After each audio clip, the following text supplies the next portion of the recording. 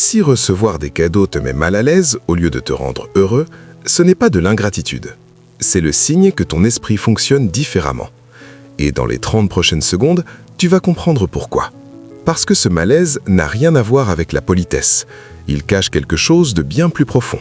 Ton rapport au contrôle, à la dette émotionnelle, à la vulnérabilité et surtout à ton besoin d'autonomie. Et ce que tu vas découvrir ici ne concerne pas seulement les cadeaux, mais la manière dont tu construis toutes tes relations.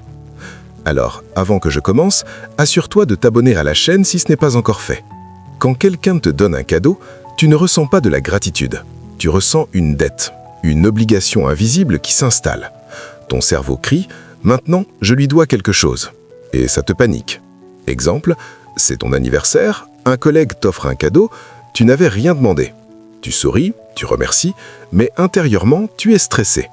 Tu te demandes pourquoi il a fait ça, qu'est-ce qu'il attend en retour, est-ce que je dois lui offrir quelque chose d'équivalent pour son anniversaire, comment je quantifie la valeur pour être équitable. Le cadeau est posé sur ton bureau. Au lieu de te faire plaisir, il te rappelle constamment cette dette non soldée. Tu préférerais qu'il ne t'ait rien donné. Le problème, c'est que ton cerveau traite les cadeaux comme des contrats sociaux implicites. Les psychologues appellent ça l'anxiété de réciprocité. Pour toi, recevoir n'est pas un plaisir gratuit, c'est une transaction déséquilibrée. Tu ressens le poids de l'obligation sociale que les autres acceptent naturellement. Les études montrent que les personnes avec cette aversion ont souvent grandi dans des environnements où l'amour était conditionnel. Rien n'était vraiment gratuit. Chaque gentillesse cachait une attente. Ton cerveau a appris, les cadeaux ont toujours un prix caché. Et tu refuses de payer ce prix. Continuons avec un autre type de sensation. Tu veux choisir exactement ce qui entre dans ta vie. Quand quelqu'un te donne un cadeau, il impose un objet dans ton espace, sans ta permission complète.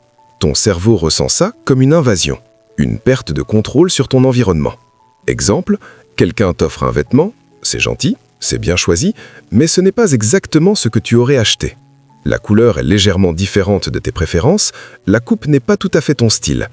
Maintenant, tu as ce vêtement chez toi. Tu ne peux pas le jeter, ce serait irrespectueux. Tu ne peux pas le donner, la personne pourrait le voir. Tu es coincé avec cet objet que tu n'as pas choisi, qui occupe ton espace, qui te rappelle constamment que quelqu'un d'autre a décidé pour toi. Ça te rend anxieux. C'est que ton cerveau a un besoin intense d'autonomie environnementale. Les neuroscientifiques appellent ça l'hypersensibilité à l'autonomie. Pour toi, ton espace personnel, physique et psychologique, a des frontières strictes. Un cadeau non sollicité franchit ces frontières sans autorisation. C'est une violation, même quand l'intention est bonne. Les recherches montrent que cette hyperautonomie se développe souvent comme mécanisme de défense. Peut-être que dans ton passé, les gens prenaient des décisions pour toi sans te consulter. Ton cerveau a appris, les cadeaux ont toujours un prix caché. Et tu refuses de payer ce prix. Accepter un cadeau, c'est accepter qu'on prenne soin de toi. C'est reconnaître que tu as des besoins, que quelqu'un peut te combler. Cette vulnérabilité te terrifie. Tu préfères être celui qui donne, jamais celui qui reçoit. Exemple, tu traverses une période difficile. Un ami s'en rend compte. Il t'offre quelque chose de réfléchi, quelque chose qui montre qu'il a vraiment écouté, qu'il te connaît, qu'il se soucie de toi. Tu devrais te sentir touché. Au lieu de ça, tu te sens exposé. Il a vu ma faiblesse. Il sait que j'ai besoin d'aide. Je me suis montré vulnérable sans le vouloir. Tu acceptes le cadeau poliment, mais tu mets une distance. Tu te blindes, parce qu'accepter de l'aide, même sous forme de cadeau, te fait te sentir dangereux. Au fait, ton cerveau associe recevoir avec vulnérabilité et vulnérabilité avec danger. Les psychologues appellent ça l'évitement de l'intimité indirecte. Pour toi, donner, c'est sûr, tu gardes le contrôle et le pouvoir. Recevoir, c'est dangereux. Tu admets avoir besoin de quelque chose de quelqu'un. C'est une ouverture émotionnelle que tu ne peux pas te permettre. Les recherches montrent que cette peur se développe souvent après des expériences où ta vulnérabilité a été exploitée. Tu as appris ne jamais montrer que tu as besoin de quelque chose, ne dépendre de personne, même pour un simple cadeau. Bravo à toi si tu es encore sur la vidéo jusqu'ici. La majorité aurait déjà décroché. Mais toi, tu continues. Et c'est justement maintenant que tout commence. Reste avec moi, on va plus loin. Ça devient psychologiquement intense. Tu ne te sens pas méritant. Quand quelqu'un te donne quelque chose, une voix intérieure crie « Je ne mérite pas ça. Pourquoi moi et pas quelqu'un d'autre? Il y a des gens qui en ont plus besoin. » Le cadeau devient un rappel de ton indignité perçue. Exemple, quelqu'un t'offre quelque chose de coûteux, un cadeau généreux. Tu devrais être reconnaissant. Au lieu de ça, tu es submergé par la culpabilité.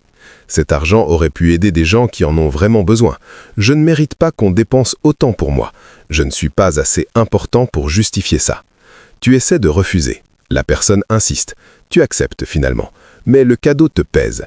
Il te rappelle constamment que tu as reçu quelque chose que tu ne penses pas mériter.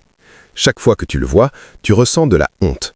C'est que ton cerveau a une estime de soi fragile qui ne peut pas accepter la générosité. Les psychologues appellent ça le syndrome d'indignité chronique. Tu as internalisé un message « Je ne vaux pas la peine qu'on investisse en moi ». Chaque cadeau confronte cette croyance. Et au lieu de la remettre en question, tu rejettes le cadeau.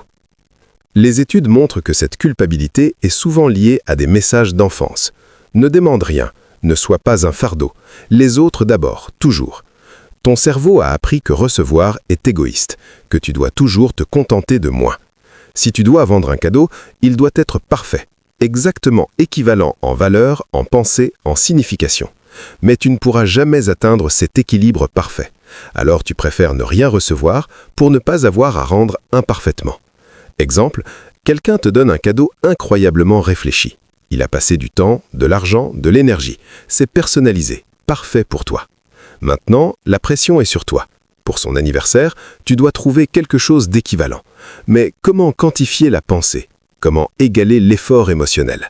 Tu passes des semaines à chercher. Rien n'est assez bien. Ton cadeau sera toujours inférieur. Tu vis dans l'anxiété constante de cette dette impossible à solder. Tu aurais préféré qu'il ne te donne rien, parce que maintenant tu es condamné à échouer à rendre l'appareil. Ton cerveau a des standards impossibles pour la réciprocité sociale. Les psychologues appellent ça le perfectionnisme relationnel. Tu ne peux pas accepter l'asymétrie naturelle des échanges humains. Parfois, quelqu'un donne plus. Parfois, tu donnes plus. C'est normal. Mais pour toi, chaque déséquilibre est un échec moral.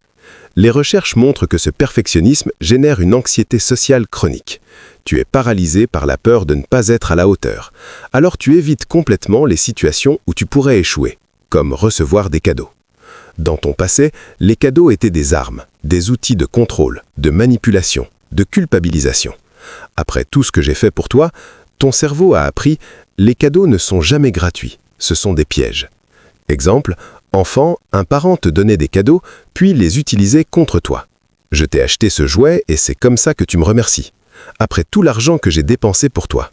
Les cadeaux devenaient des leviers de culpabilité, des preuves de ton ingratitude quand tu ne te comportais pas comme attendu. Maintenant, adulte, quelqu'un te donne quelque chose. Ton cerveau panique. C'est un piège. Ils vont me le reprocher plus tard. Ce cadeau va devenir une chaîne. Tu ne peux pas profiter du moment. Parce que ton expérience t'a appris que chaque cadeau a des conditions cachées. C'est ce qui a poussé ton cerveau à être conditionné à associer cadeau et danger. Les psychologues appellent cela le trauma transactionnel. Ce qui devrait être un geste d'amour déclenche ton système d'alerte. Tu es en mode survie. Les études montrent que les enfants qui ont grandi avec des parents manipulateurs développent une méfiance pathologique envers la générosité. Ce n'est pas de la paranoïa, c'est une adaptation à un environnement où l'amour était conditionnel et transactionnel. Ton cerveau te protège, mais il te prive aussi de connexions authentiques. Ton identité est construite autour de l'autosuffisance. Je n'ai besoin de personne. Je me débrouille toujours seul. Recevoir un cadeau menace cette identité. Ça prouve que tu n'es pas aussi autosuffisant que tu le prétends, et ça te déstabilise psychologiquement. Exemple. Tu te vois comme celui qui donne, jamais celui qui reçoit. Tu es le soutien, la ressource, le fort. Quelqu'un t'offre quelque chose, ça t'irrite. Je n'ai pas besoin d'aide, je peux m'acheter ça moi-même. Pourquoi ils pensent que j'ai besoin d'eux? Ce n'est pas de l'arrogance, c'est de la peur. Si tu reçois, tu admets que tu n'es pas totalement indépendant, que tu as des failles, des besoins, que ton identité soigneusement construite de personnes autosuffisantes est une illusion. Cette réalisation te terrifie. Alors tu rejettes le cadeau, pour protéger l'image que tu as de toi-même. Ton cerveau a construit ton identité autour d'une indépendance totale. Les psychologues appellent cela l'autosuffisance défensive. Tu as appris à ne compter que sur toi-même. Alors, sans t'en rendre compte, tu as érigé un mur autour de toi. Et recevoir crée une fissure dans ce mur. Recevoir implique une dette. une exposition, une vulnérabilité, et ton système intérieur ne peut pas se le permettre. Les recherches montrent que cette rigidité psychologique apparaît souvent après des expériences d'abandon, de trahison ou de déception profonde. À un moment donné, ton esprit a intégré une règle simple: ne dépend de personne. Aujourd'hui, même un simple cadeau menace cette règle de survie. Alors tu préfères rester autonome et protégé plutôt que connecté et vulnérable. Si tu t'es reconnu dans au moins 4 de ces traits, écris en commentaire « Je déteste recevoir ». Pas pour te justifier, mais pour entrer en contact avec d'autres personnes qui vivent ce même paradoxe. Parce que refuser un cadeau n'est pas de la méchanceté, c'est une forme d'autoprotection. Et si quelqu'un te traite d'ingrat à cause de ce malaise, montre-lui cette vidéo. Ton inconfort cache une psychologie complexe qui mérite d'être comprise, pas jugée.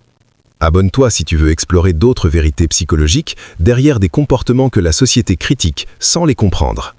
On se retrouve dans la prochaine vidéo. Et rappelle-toi, tu as le droit de recevoir, même si ça te fait peur.